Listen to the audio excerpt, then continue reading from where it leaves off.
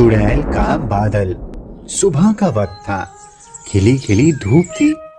रामनगर गांव में लोग अपने अपने काम कर रहे थे।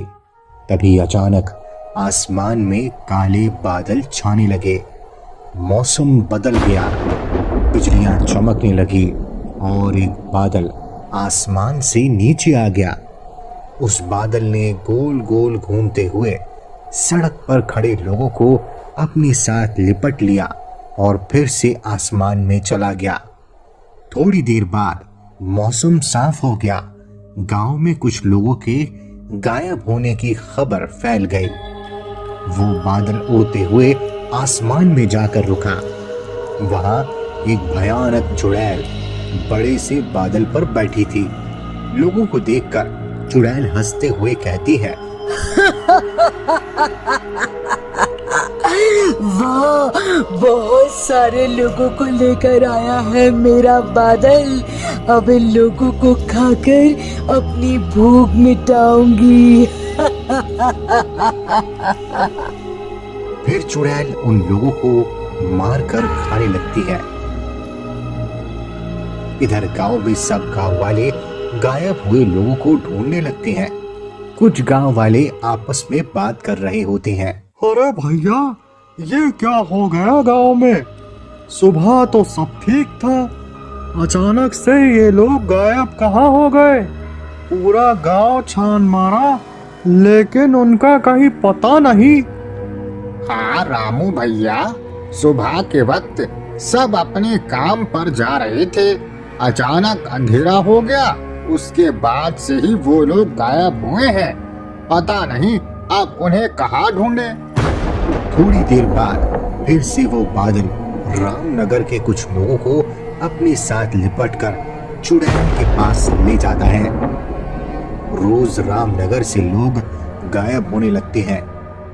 एक सुबह गांव के चबूतरे पर गांव के सब लोग मुखिया से, मुखिया जी, अब इस समस्या का कोई ना कोई हल तो निकालना ही पड़ेगा।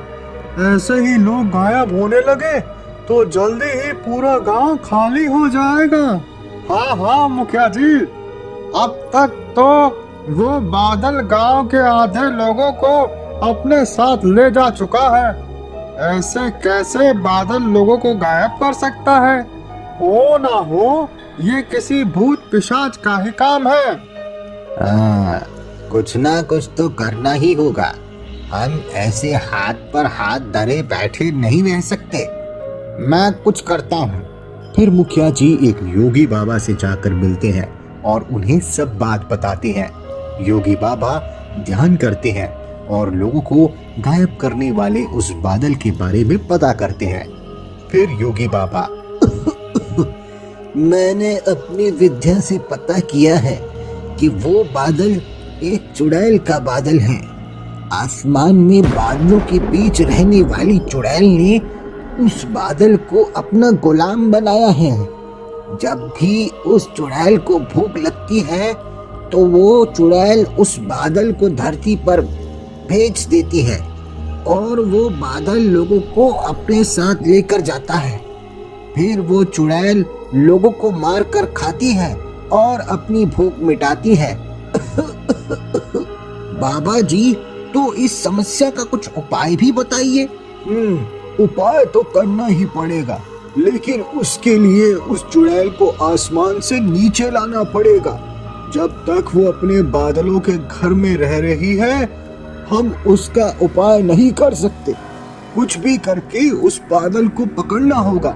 मैं आता हूँ तुम्हारे साथ। फिर योगी बाबा मुखिया के साथ गांव आते हैं। थोड़ी देर बाद चुड़ैल का बादल गोल गोल घूमता हुआ रामनगर में आता है। तब योगी बाबा उस बादल पर जादुई पानी डालते हैं। जादुई पानी डालते ही बादल फट जाता है।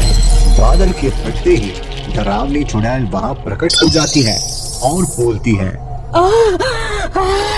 किसने नष्ट किया मेरे बादल को? किसने इतनी हिम्मत की? अब मैं किसी को नहीं छोड़ूंगी। मार डालूंगी सबको। चुड़ैल की नजर योगी बाबा पर पड़ती है। तूने नष्ट किया ना मेरे बादल को।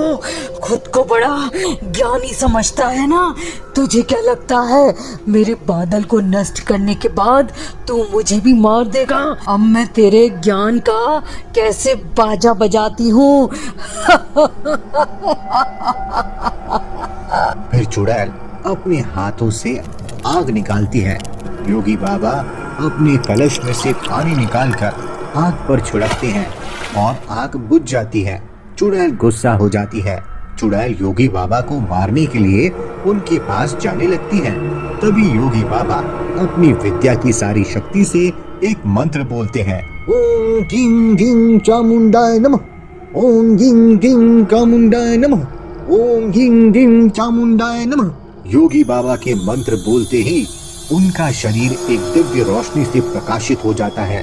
उनके शरीर की रोशनी चुड़ैल के शरीर को चीर डालती है। एक धमाके के साथ चुड़ैल के शरीर के टुकड़े टुकड़े हो जाते हैं। योगी बाबा चुड़ैल के शरीर के टुकड़ों को अपनी शक्ति से गायब कर देते हैं। रामनगर चुड़ैल के बादल की चंगुल से मुक्त हो जाता है।